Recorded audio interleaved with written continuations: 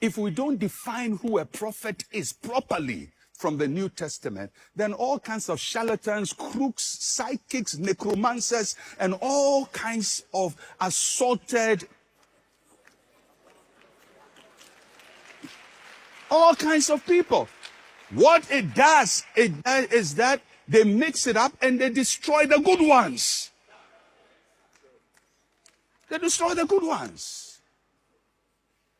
So it has to be defined, and the boundaries have to be created. So you don't just get up and call yourself something. There is no vocation in the world where you get up and call yourself it. Tell me which vocation in the world that you get up and call yourself it. Somebody starts a church, has a few cockroaches and lizards roaming in the classroom. He puts down chairs for them, and he says, I'm an apostle. Apostle? Do you know how? Do you know what an apostle is?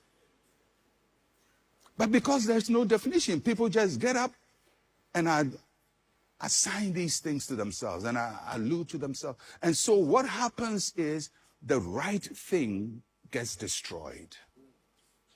The foundations are destroyed. The people who must be heard are no longer heard because the quacks have saturated the market. And I have said it, and I'll say it without any shadow of doubt, based on my knowledge of the scriptures, based on my knowledge of church history, which I have extensive knowledge of, based on my theological reasoning, based on my experiential observation, that about 95% of people who call themselves prophets in Ghana are quacks.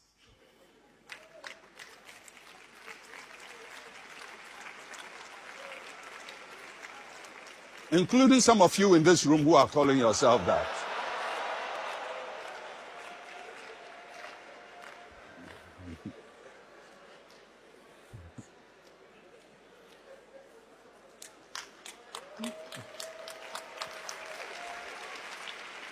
And I say this with the pure love of the Lord Jesus Christ. I'm not saying this to shame you. I'm not saying this to belittle you. I'm saying if you're not a doctor, don't call yourself doctor. If you're a lab technician, just say I'm a lab technician. One day I'll be a doctor. But don't call yourself what you are not. And don't think that by calling yourself something you are. Because if you are not a doctor and you call yourself a doctor and you're walking around the hospital and somebody is going to the theater and they say, come along and do the theater, you'll be under pressure to do a surgery. And you cut somebody. And he says, I have a problem with my spleen. And then you cut something else. And then leave scissors and everything inside the stomach. Kill somebody's child. You kill somebody's child. And there are people ruining families, ruining people's lives, destroying people because they have taken a title upon themselves and are forced to do something. Sometimes by reading Facebook notes, sometimes by collecting information, sometimes by doing just nice psychology on people.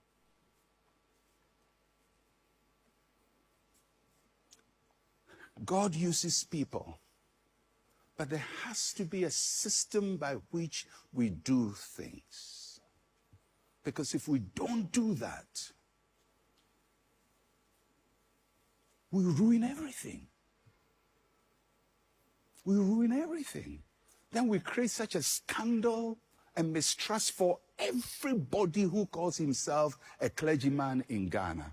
Eventually they say we are all crooks, we are all charlatans, because that is what happens. If a few doctors make mistakes, we say all these doctors are charlatans. Although some people went to medical school and went to do specialization, but the market has been crowded and flooded by bad practitioners. So I believe that we have to do ourselves surgery.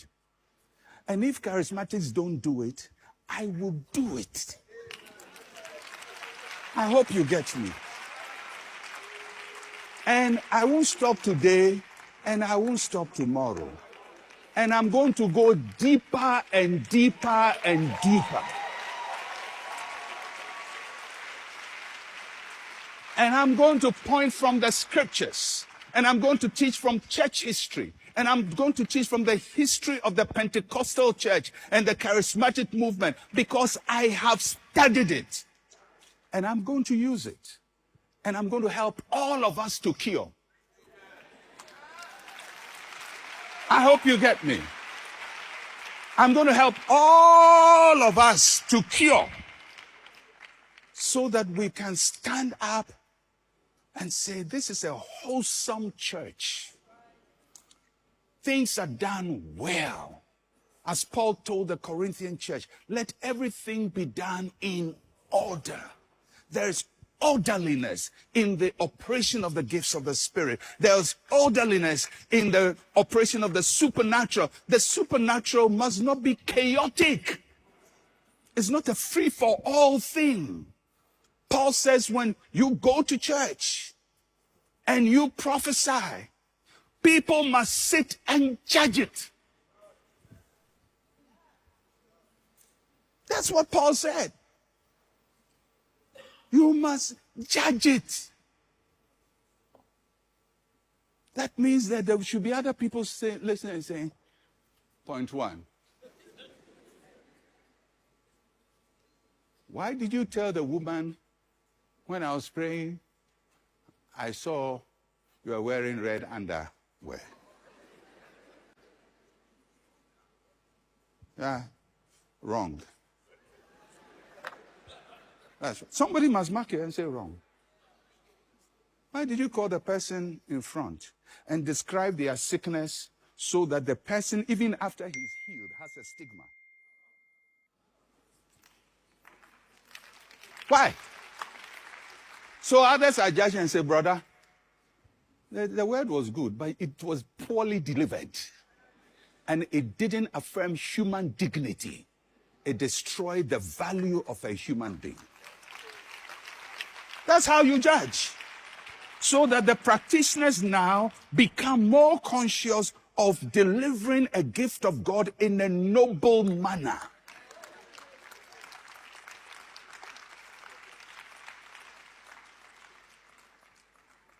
So you are praying, you say you receive a word.